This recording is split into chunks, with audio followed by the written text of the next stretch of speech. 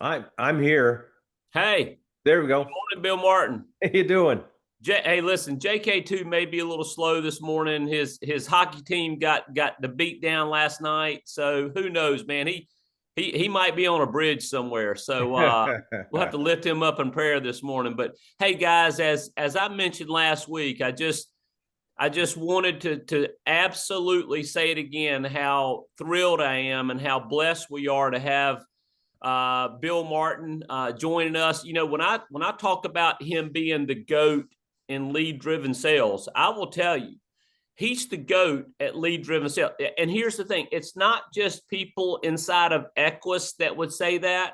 Guys, I can get and listen. Bill and I, we've been around a minute, okay, so I know them all. I can call up everybody with any major IMO out there, and I can ask them, okay, we're off camera.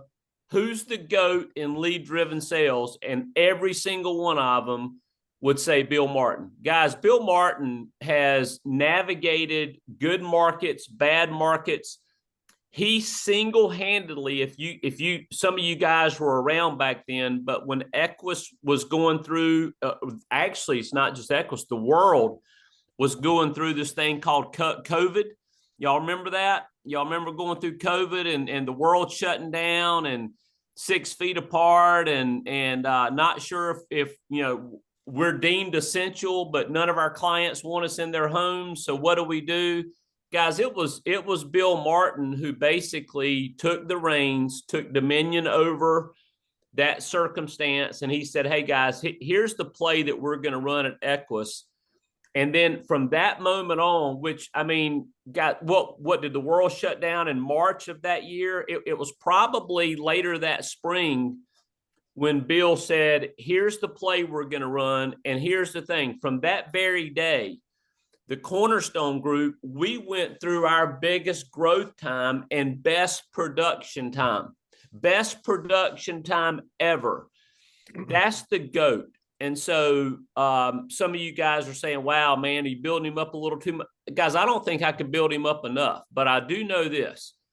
If Bill jumps on and does one call for us a week between now and Phoenix, it's going to give every single one of you, whether you're brand new or not. I mean, this is designed for brand new people, but whether you're brand new or not, it's going to give you the opportunity to get trained and to build a foundation that you will either take massive action from or you won't. If you take massive action, hear me, if you take massive action, you're going to win. You will do well if you take massive action. If you don't take massive action, doesn't matter your talent level, you won't win. You will struggle. Okay. But Bill Martin is going to be doing that. It's to me, it's a once in a lifetime opportunity for some of you guys to be mentored by Bill directly. So I'm going to turn the rest of this call. Bill, I'm right here if you need me, but I'm going to turn the rest of the call over to you, brother. Thank you so much, John. You're so kind. I wanted to start with today.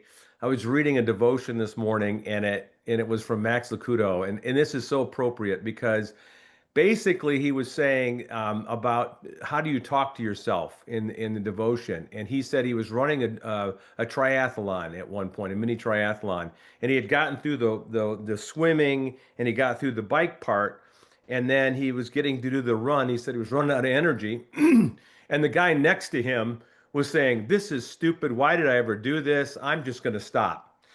He said at that moment I could have listened to him and done exactly the same thing. But I chose to say goodbye to him and finish the race. And I think it's very appropriate to start off that way. And even what you said, what's the seed of a person succeeding in anything? And it's the thought process. You've talked about it your whole career, John. It's the thought process. I just didn't. I was too dumb to quit. I just didn't know how to quit. And I couldn't quit because I had a family to take care of. I had responsibilities. When I was younger and I was single, I quit a lot. But as I had a family and responsibilities, I stopped quitting. And so it's about putting on what we used to call back in the day the blinders and not listen to the outside noise because the easiest thing to do when you're attacking, a situation in your life, and you're saying, well, the leads aren't as plentiful as they were before, or there's these 45 different kinds of leads, or whatever it might be, it's so easy to get off track. It's so easy to call somebody else in the business with you, ask them their opinion, and they're going to say, well, I'm struggling here. That's not the person you should be talking to. You should be talking only to people that succeed. When I first got started in this business, John, and I kind of already had taken on that philosophy, but when I started in this business in 2005, I was in an office, and there was probably 25 people here in the Grand Rapids area that would come in fairly regularly. And I was just getting my sea legs, figuring out this lead-driven business with mortgage protection, because I didn't know it. I didn't know how good the leads were. I just thought it was another rinky-dink lead program. And I started getting to feel for it and coming to a couple of meetings. And then I immediately knew I didn't want to talk to anybody else in that room except for the top two or three people in the room. They would post the numbers on the board. I didn't associate with anybody else. Why was I going to sit and listen to the guy next to me who's been there for 2 months and griping about the leads and this, that, and the other thing? I want to find out what these guys do. And you know why? I needed to succeed. I was in the worst place financially I'd ever been in my life at that point, and I needed to succeed. And I had a ton of experience in the insurance business, mostly just rinky-dink lead programs and cold calling. And once it clicked, John, I think I may still have this audio. It was probably around May of 2006. I had started in '05, and I was doing part-time, and then January '06 I went all in. And it was probably may have been April or May. I did an audio training at the company I was with, and I listened to it one time, not even that long ago. And it was insane because the way I viewed it at that point was this was like the goose that laid the golden egg. I had realized the potential of a legitimate lead driven program. And it was crazy. They had me on. I'd only been with the company a few months, but they had me and Colton Hawk on as guests that day, and they were interviewing us. And I was listening to myself, and I'm going, "Oh, it goes almost, I'm talking 20 years ago now, almost 20 years ago." And I'm listening to it and realizing the fire inside. And I understood at that point that's what drove everything. I stopped listening to all the outside noise. I was only focused on hammering down every single week. And through that next 2 years, I developed a process of what is the formula for success? Because I was growing an agency and people would come to me, what do I need to do and what I need to do? So over a 2 year period, I put together basically a formula of how many appointments do you need, and I would prove it for a couple, 3 years. My numbers were so consistent, and I laid out the numbers, and this was issue paid numbers. In order to get to that issue paid number, which was about close to 300,000, you had to do, it was 285,000, whatever it was. You had to do 15 appointments a week. And that was driving in my car 65,000 miles a year. So virtual changed all that because now you had to increase your virtual numbers, but they've proven the formula now is 24, which makes sense because you're going to have a lot more fall off with virtual than you would. Okay. So does that mean you have a higher lead purchase? Yes, but the contract levels are much higher than they were when I got started. Folks, I got started at 55% contract. 55. Okay. I think I finally made it to a 75 or 80 eventually in the first year. And so can that happen? Can you do it? Of course you can. And if you're new on this call specifically, I'm going to encourage people to basically understand what John said earlier about sowing seeds and also understand blinders. Blinders means you just like the horse racing. They don't want the horse looking either way. They just want looking straight ahead. You have to focus on your goals and not worry about what's going on with everybody else, what's going on with their negativity or whatever. It doesn't matter. Only gravitate to people who are encouraging. I would only talk to people who were encouraging me, my wife, and other people in the organization that were top producers. That's all I focused on. I couldn't afford to do anything else. My car, the radio didn't work, but the cassette player did. And I would listen to these tapes constantly, and they were always tapes that were coming out from the company, but I also listened to get back into the mojo of interacting with people. on in a home basis, I was listening to How to Win Friends and Influence People by Dale Carnegie, and I listened to it till this tape's burned out, and reconnect with that whole process of connecting with people in the home, how to connect with people, etc. Have people talk more than you talk, etc. Because I had a tendency to overtalk and dominate conversation, so I had to really cut that down. I had a tendency when I was making phone calls that I would be way up here because that's the way I was taught. Be way up here, be all enthusiastic, blah blah blah blah blah. Not in a legitimate lead driven program. You can't do that. It's got to be low and slow. You just got to talk to the people like you are the person that's supposed to talk to them and take care of this. Rob's done a tremendous job of that. If you've ever watched Rob Jones make phone calls, he's the most boring, steady person you'll ever listen to on the phone. But at the same time, he sounds like I have to come over. I'm the guy. They gave me the paperwork. I'm the guy. So you change that whole thought process, right? And so through that, you develop basically this whole lead. It's your phone voice. It's the way that you talk to people. It's your tonality. All that stuff has to be developed. Once you get it, it goes on automatic every time you make phone calls. It's not like each time you make phone calls, you're here, you're here, you're here, you're here. No, you're always here, and you've got to develop that, right? So, when we first started Equus, they asked me to do a national call every Friday. I think it was at 3 o'clock, John, and I did it for years, where I was making live dials, and I would do live dials right in front of anybody that would want to tap in, right? And I can remember people coming up to me, and these were people that had been in the business for years, in this business, come over from another organization and come over here and said, I saw it. I saw what you did, and I couldn't believe how simple it was, and everything clicked then because it was so simple. I had been making it so complicated. I was struggling because I made it so complicated. Your phone presentation is like 30 seconds. I said, exactly.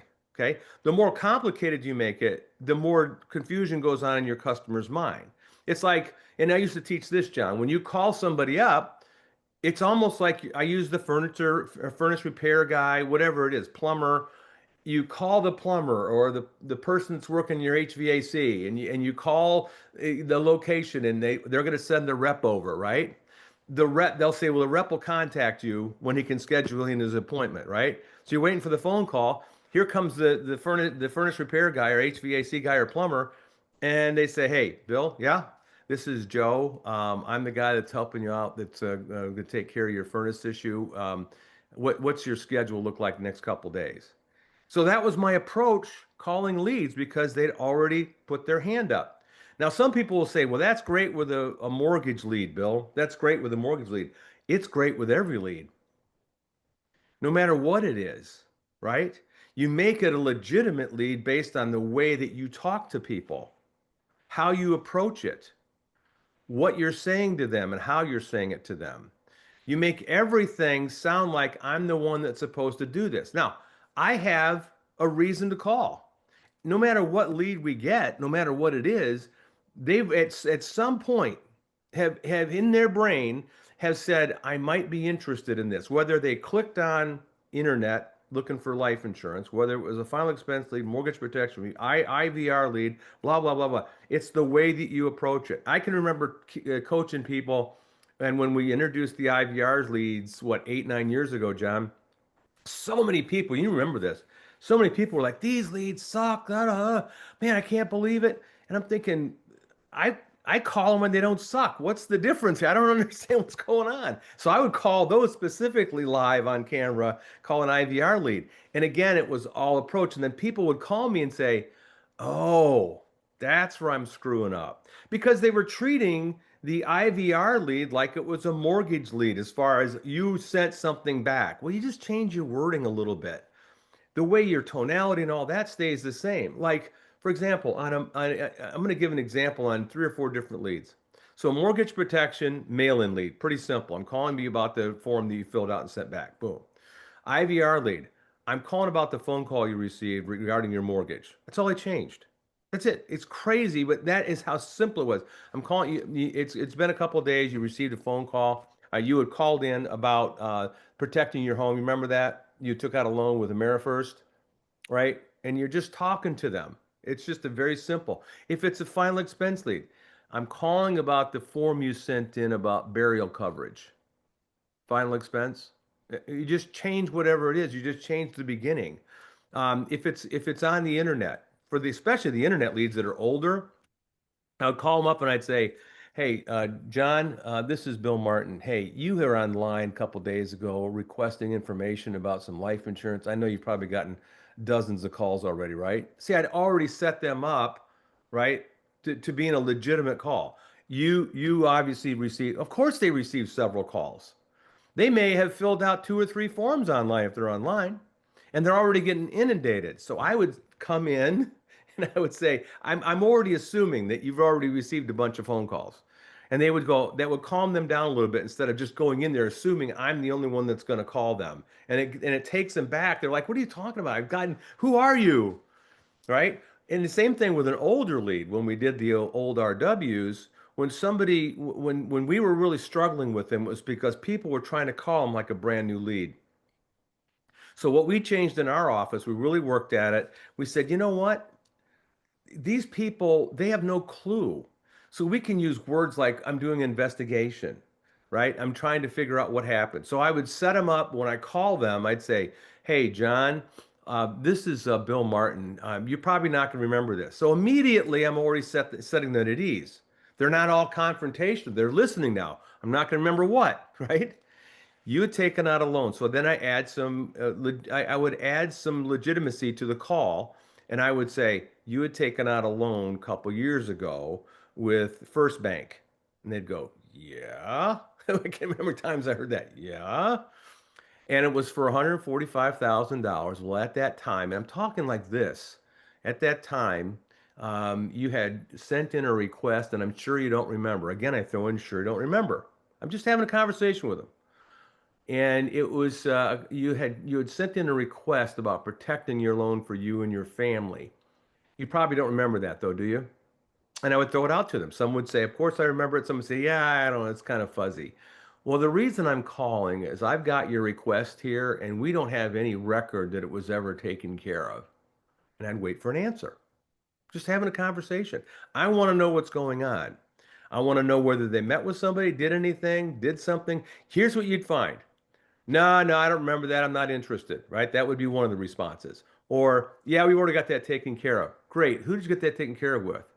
That's none of your business. Well, the only reason I'm asking is you're not opposed to saving money, are you? And that would throw them off. Now, some people would say, I tried what you said, Bill, and it didn't work. I'm like, on what, 2, 3 people? Exactly. Here's the thing, John. Here's the way I always looked at it, and this is the way I would coach on it.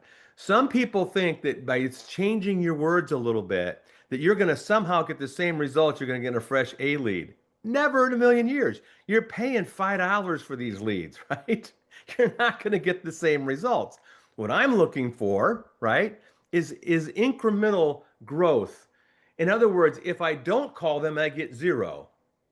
However, I do call them and I get 2 out of 10, I'm ahead of everybody else, right? And that's what I was kind of expecting is 2 out of 10. When I used to do the older final expense, we did an analysis in our office, and there were the older final expense. I think we were paying $5, $6 for them or whatever. We were getting 1 out of 10. Okay. That's not too shabby if you look at your numbers nowadays with a brand new lead that costs you $70, right? So I'm paying 60 and I'm getting a sale. So that's the way we always looked at everything. Sometimes we'd get better than that, but those were pretty much our numbers. And a lot of people would get discouraged because they'd have so much rejection. I never looked at it as rejection. I just looked at it as part of the process. I looked at it, had to make more dials. My stack of leads went from this high that I was calling every single week to about that high. And I'm not kidding you. If you came to my office, there are people that would come from different places. And there are people from other organizations that say, can I come and sit and watch you dial? Yeah. I had people come from Minnesota. I had a person come from Kansas one time, sit in my office, sitting right in front of me. They want to see the great Bill Martin, right? And they'd sit there and they look at this stack and they're going, That's your lead. I said, these are old. I'd buy 100 old leads, right? And they're in that stack. And I just put the blinders on, start calling.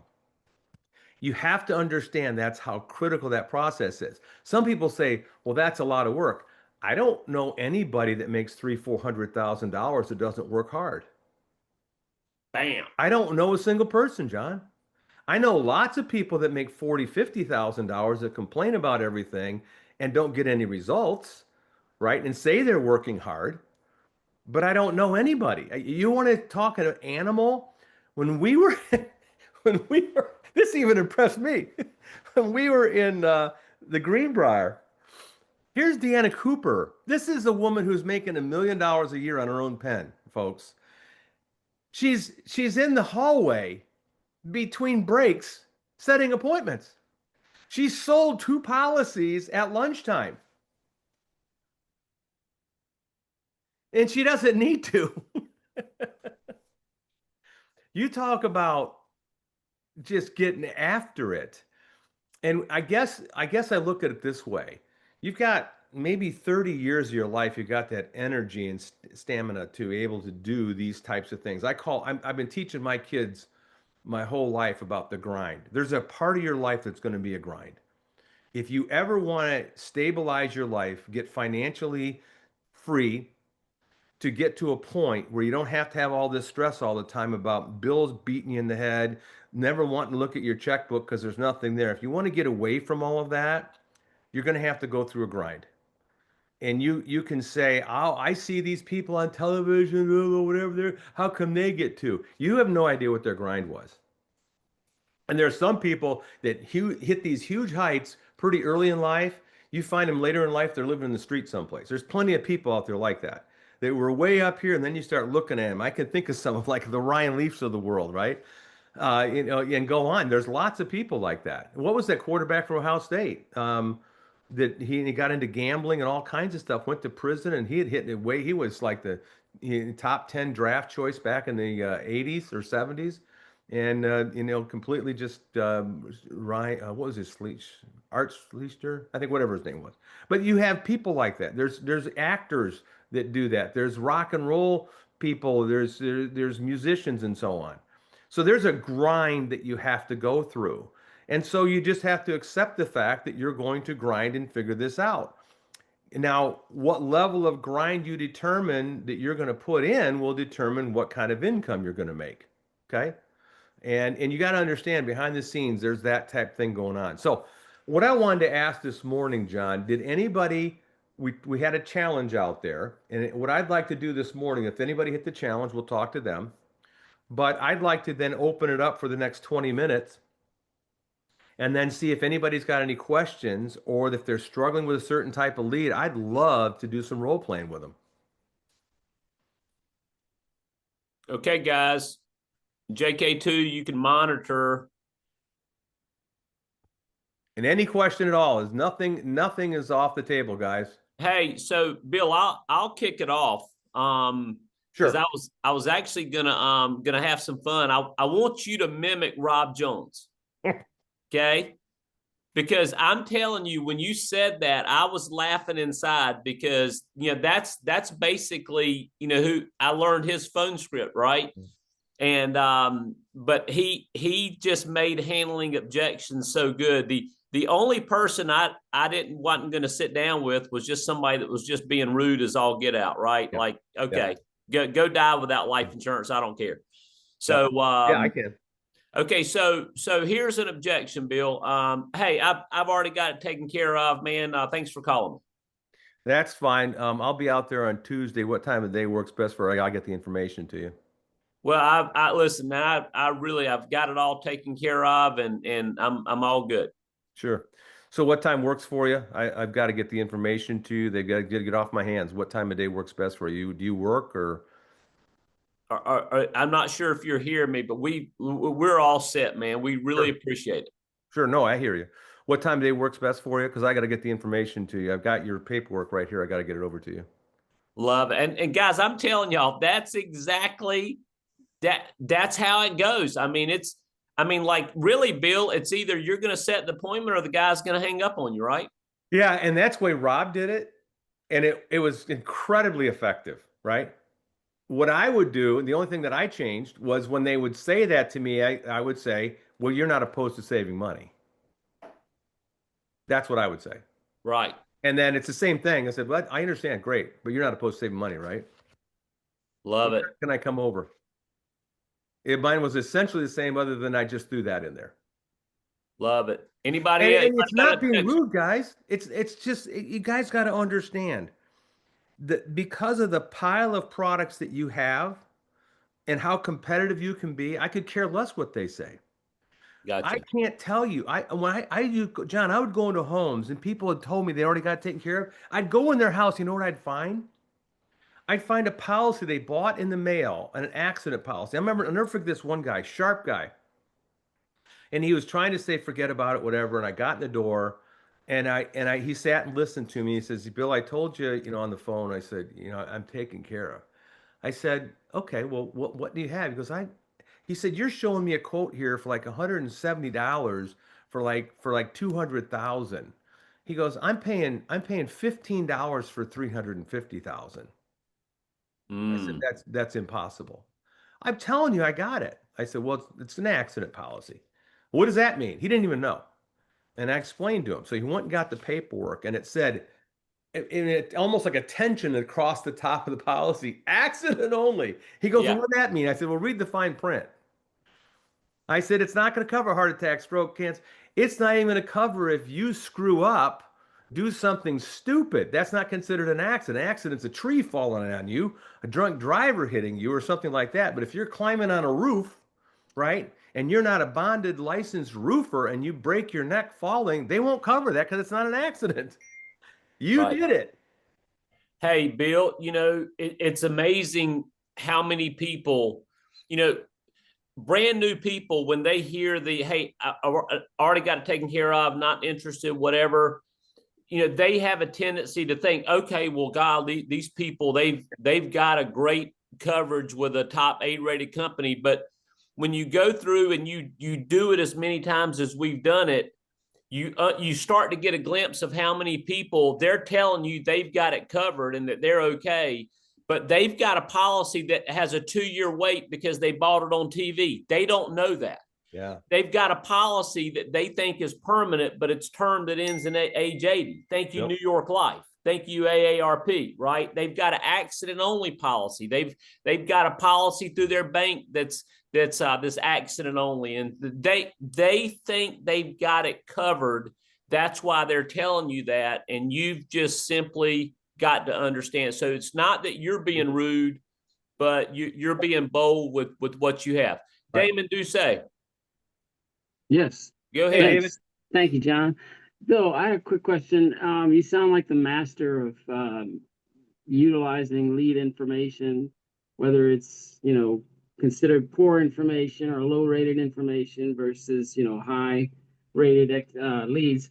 I mean, based on your experience and it seems pursuing every different niche strategy you could and every different lead segment you could, what would for somebody, I've been in the business for a while. I was with Equus for several years, and I've had my insurance, life and health and annuities license since 2011. But I'm just getting back into it. I've been out of it for a couple of years, so Okay. I'm struggling to get that momentum going back. And also, I'm facing some financial woes, and so I don't have a whole lot of money right now to dump into leads, but I want to.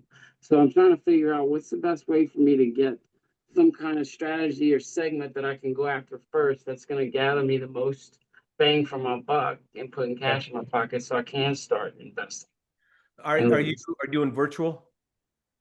both.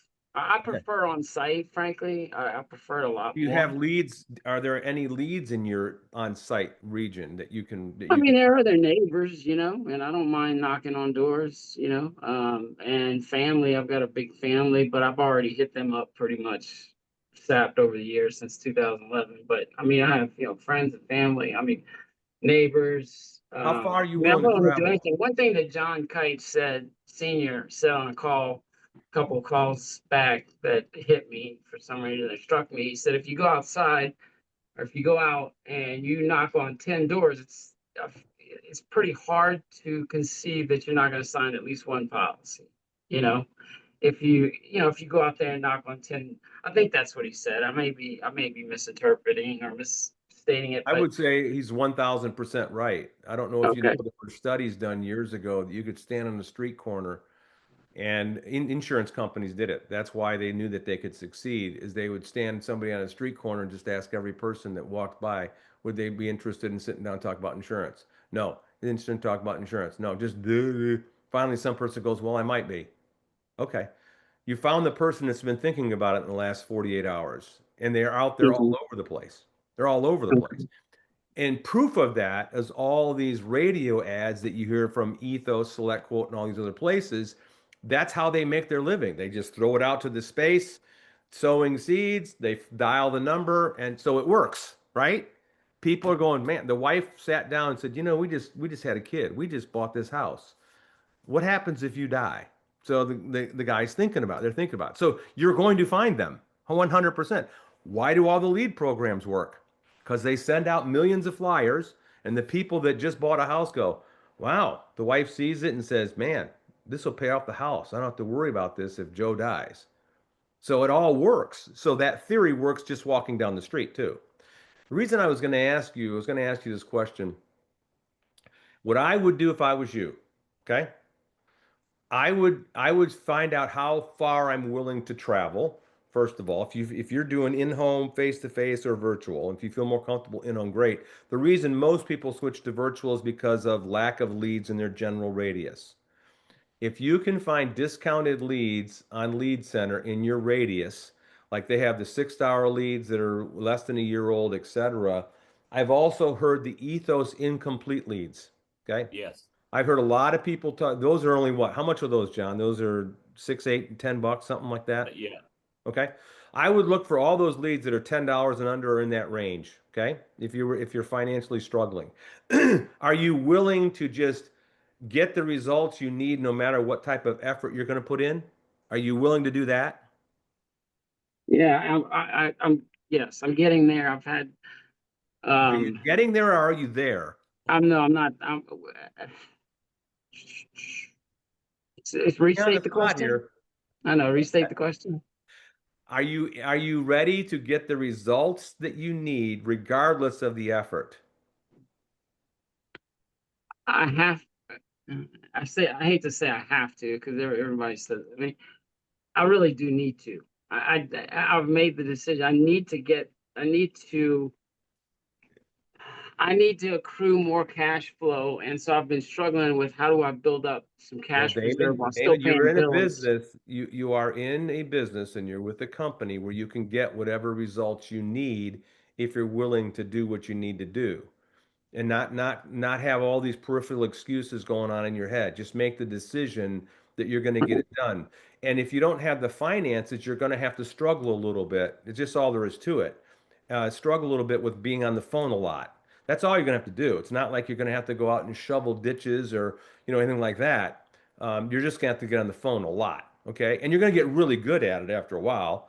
You're just going to get to it till it's almost boring to you and just get on the phone. And that's how you make money. One of the best calls I did this year was with Heather, not Steph, what's her name out in Colorado? Her name now. Nicole Hansen. Nicole Hansen. She loves being on the phone. She loves calling old leads. She's embraced it. She just likes hanging out with people. So she's just said, I just like talking to people all day long. So she sits on the phone. That's all she does and does virtual. And she's going to make $350,000. She hardly buys any new leads. She prefers the older leads because she just gets to talk to more people. And she's embraced that. She's created that in her brain. I liked talking to people, as crazy as it sounds. I didn't like making the first phone call, but after I get into it, once you make your first appointment, you're like, man, there's others out there like that. Look at it Mhm. as almost like a crusade. There's so many people out there who need help, who have no clue what they have. I just got to find them. Right? Right. That's the deal, and it's how do you find them in the You just most call a lot of people. Hey, smart? Bill. Like I said, listen, you could stand at a mall today, Damon. You could stand at a mall today and make a living doing this business. You can. You can do it. Hey, Bill. Okay. So look at so from my standpoint, looking at how sharp Damon is, if Damon's willing to, if he, let's assume that we can find 100 inventory leads that cost less than $10 each, within a 2-hour radius of his house, 2 or 3 hour radius. If he's willing to go out and door knock, if you were in his position of needing to make money, would you go door knock and use the face-to-face as your strength because you know you're working behind virtual people? You can do that. That's a good question, John. I would say, of course, do whatever. However, what I would do both. I would call first, get through it because you're going to get a lot of nobody's going to answer whatever hangups and etc. The hangups you can still door knock. I would call first and then get a couple of appointments and then go door knock with those appointments. I've done both, okay, and have the lead with you. But I would need to develop because of just keeping this business long term. You're not going to be able to door knock long term. Right. You know, Bill, I was thinking that, and I'm glad that we brought that up because I really did want your mindset on that because, you know, if I were getting started and I've recently gotten restarted and dialing some Ethos leads and made a sale last week and it felt good and all that. But I'm kind of working some in my local area and I'm just going to tell you, as much success as I had back when I was broke and I needed to cash flow 5,000 a week. I think about a Damon Doucet sitting there, sharp as he is, sharp as a tack, and I would use face to face as a strength, as a weapon. Yeah. Pretty much knowing that every single lead you're working today, if you go back, you know, when you look at the advent of COVID and the advent of this whole invention of virtual, we didn't know virtual sales. I don't think a lot of people know that, Bill.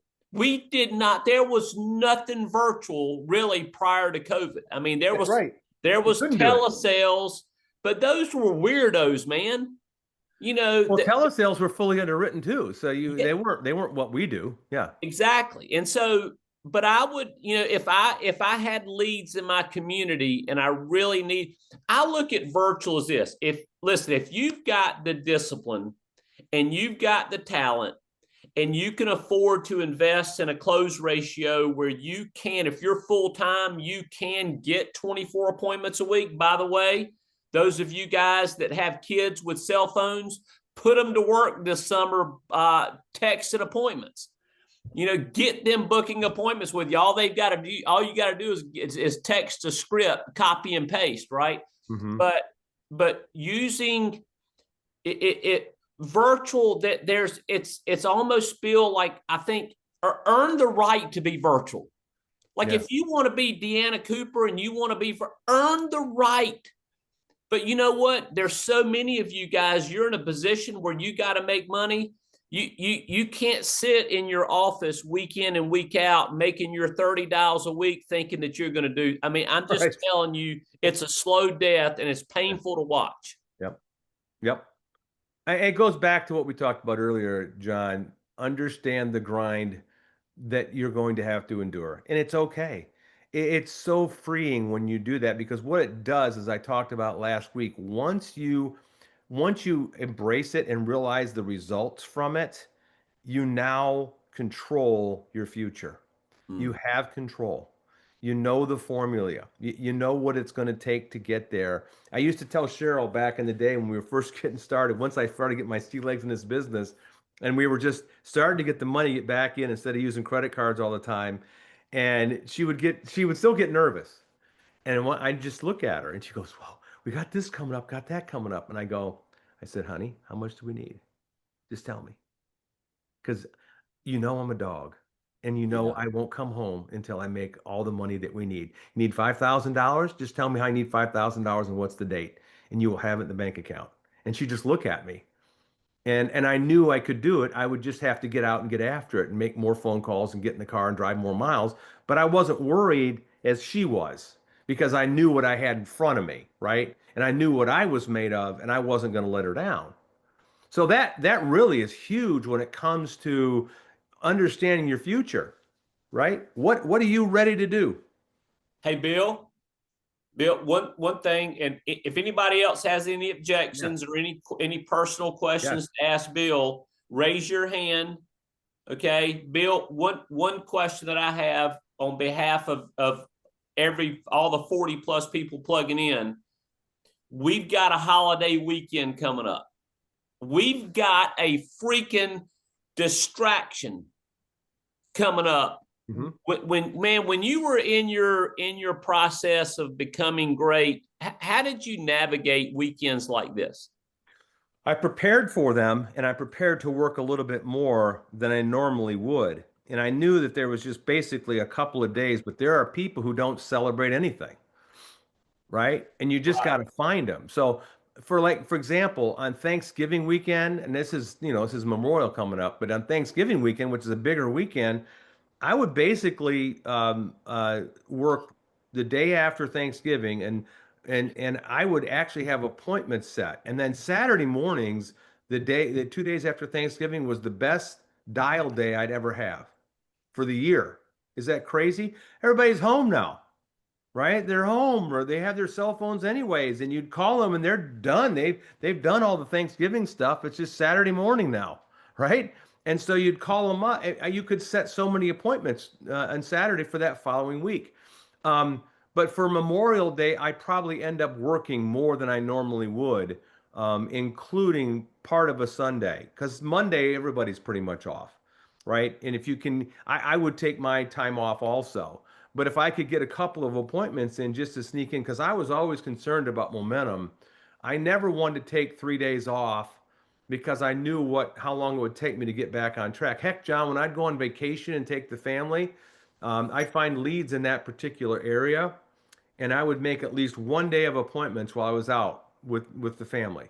One day, they just expect Dad to be gone for the day, wherever we were going, and I would set appointments and do a full day of appointments, and I would more than cover my vacation, but I didn't lose momentum.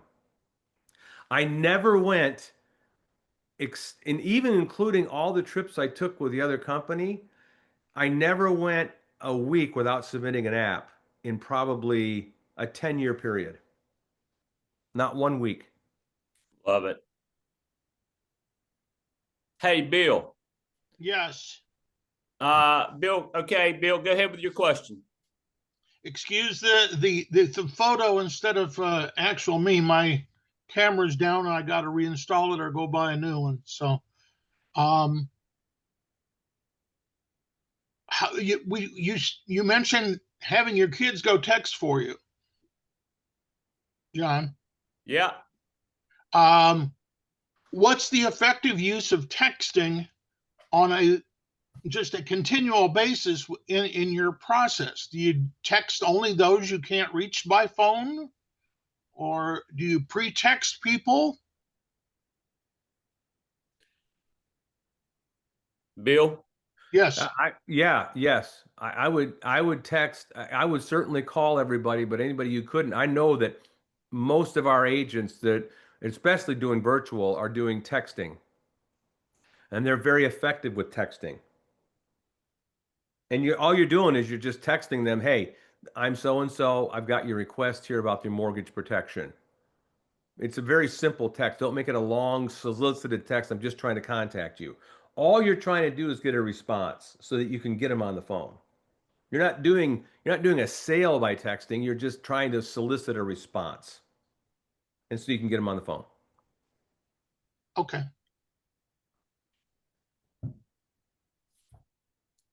Any other questions? Any comments? Any objections that you want to hear Bill overcome? Yeah, anybody, sure. Hey, Bill, one of the things that we talk about, we pride ourselves in at Equus and Integrity is compliant leads. Not sure if I'll say this. I came across this. And I just want people to understand. Lift it up higher. Let me see it. Lift it up higher. Up there. Okay. Okay. Yep. You know, I would have to think that you have recently closed on your mortgage with United Community Bank. We are trying to reach you regarding a matter of importance concerning your mortgage with United Community Bank. The time is sensitive, so please call whatever. No fine print, no like. I don't know if that's I would have compliant, to, John. huh? I don't think it's compliant. Yeah, but see, here's the thing, and I'm going to say this from a recruiting standpoint. Some of you guys, you have the ability through Prop Hog, through all of these, you have the ability to recruit licensed agents. There are a lot of licensed agents out there working for companies that utilize a lead like that that's not compliant. I'm not too sure what trouble they stand, but I will tell you what, I think, I mean, I just think it's dirt. Like, it's like, are you serious? Like, you feel good working a lead like that? To me, it just, I don't know. Bill, I don't know any thoughts you have, but No, I couldn't agree more. I mean, it's really, I want to say, not really a bait and switch as much as it is a deceptive way of getting somebody's attention, because it's almost like and Nick sent one in. Nick Theodore shared it very similar to that. He said, "Look at this lead, or look at this request," and it was almost like you have to call the bank because of the matter you got to take care of. It's important before we do this or whatever. Like there was going to be some sort of an action taken if he didn't respond. He called it out of curiosity, and it was a solicitation for mortgage protection. Okay. Those are not leads that are sanctioned by the state departments of insurance, and they will get caught eventually, and it will be a fine, if not worse. It will. We because when we looked at our lead programs and all the other legitimate lead programs, like John said, you have to have fine print. It has to be very clear that you could be contacted by an agent, et cetera, et cetera. It's about mortgage protection. Those are legitimate leads. Do you know how some of these departments of insurance? Give you an example. We had a lead years ago that we experimented with in some states and put it on pink paper because pink almost looks like, it's much more important. Most states had no issue with it. Well, we almost got fined by Washington State because they said that was an illegal lead because it drew too much attention to it because it was on pink paper. Everything else on the lead was the same as every other state, but we sent it out on pink paper, and they said that was making it look too urgent or whatever, and they said it was illegal. That's how hey, tough Bill, these places are. so Maxwell's got a question in Sure. chat. Max, not sure if you want to unmute, but Max is asking if we can text all kinds of leads. You can text any type of lead. Yeah. I don't know if there's any restrictions on that whatsoever. And guys, I will tell y'all, I had Josh Collar. You guys hear his name on the leaderboard every week, but I had Josh. Josh is totally virtual, and he books all of his appointments via text. And I had him do a training. It's a very quick, like a 12 to 15 minute in your face training on how to effectively book appointments. Now, again, if I'm booking appointments, I'm not going to text only. I love calling. Guys, I'm just telling you, my superpower when I was in the field, and I found this out the last couple of weeks dialing leads, my superpower is connecting with people and establishing rapport. Yep. But anyway, Josh has got that. JK2, if you want to post that into the OG GroupMe. By the way, let me mention this in closing. Okay, we've got an OG GroupMe, a special GroupMe with Bill Martin OG. It's designed for you to interact with Bill. It's also designed to create this test group that's going to take Bill's information and go use it. Okay, so basically in this group, we're allowing you to be personally mentored by Bill. Now, I've mentioned to you guys that we're going to cull the herd. Okay. Not everybody makes it. Not everybody wants to do what it takes. And so, to be fair to Bill, I'm going to start eliminating some people out of that group me. Okay. I'm not going to you're basically going to eliminate yourself by not engaging. Okay. People in this group me, as we head into Phoenix, I want people engaging. You don't have to get great results. It's like I mentioned in my text this past weekend. If you've got a 0, then put 0. Okay. But at least you're engaging. So right now, culling the herd, eliminating people, you're going to have to eliminate yourself by simply not engage. If you're not engaging, I'm just going to assume you're not engaging for a reason. We're going to do you a favor. We're going to take you out of the group me, right? So it's going to come up this upcoming week. Okay. So the first culling of the herd is going to be everybody on Saturday. Everybody's going to type their numbers out for this past week. I'm going to list again the exact numbers that we need.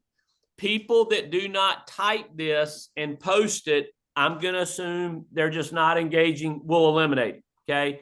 And so we've got this special group me for people that really do want, like Damon just talked about, really do want to change their lives. Okay. And you're going to do it under the strict mentorship and coaching of Bill Martin, OG. So JK2, I said all that to say, if you still have that training from Josh Collar, if you want to post that into group me, that way people can watch it. I think it's great training, by the way. So, Bill, anything you want to share closing out?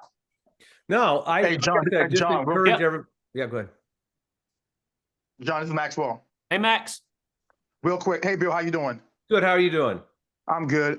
So when you mentioned the texting, because a few years ago, my son used to do like a lot of text for me, which got me a lot of production. But then I believe last year, or the year before, they have this new, I think it's the FCC rule or something like that, where in reference to like texting and stuff like that. So we pulled away from doing that. Are we okay with doing texting with Equus leads and stuff? Yeah, I mean, if somebody sent a request in, if you've got a request that they initiated the contact, you can text. Perfect. Love it. Close us out, Bill. No, I would just encourage everybody to start understanding what you're made of and figure out at this point in your life, what can you do? You can do a lot more than you think you can do. And my goal, if I was listening right now, was to figure out how many fears I can overcome in the next 7 days. That's what I would do. How many times is my stomach in knots and I can talk myself out of it? I'm going to talk myself into it. Just like I started with what Max said. He was at the point where he could have quit so easy on that race. He said, I wanted to quit. I just decided not to. And the other guy quit. And so that's what I challenge everybody to do every time that comes up, because it's going to grow. You're going to get growth. You're going to build that muscle of not quitting anymore. And it's going to become simpler and simpler, but you got to get through it. That's what I would encourage. Love it. Thank you, Bill Martin, OG. Love you guys. And let's go out there and kick butt, take names, stay focused through the weekend.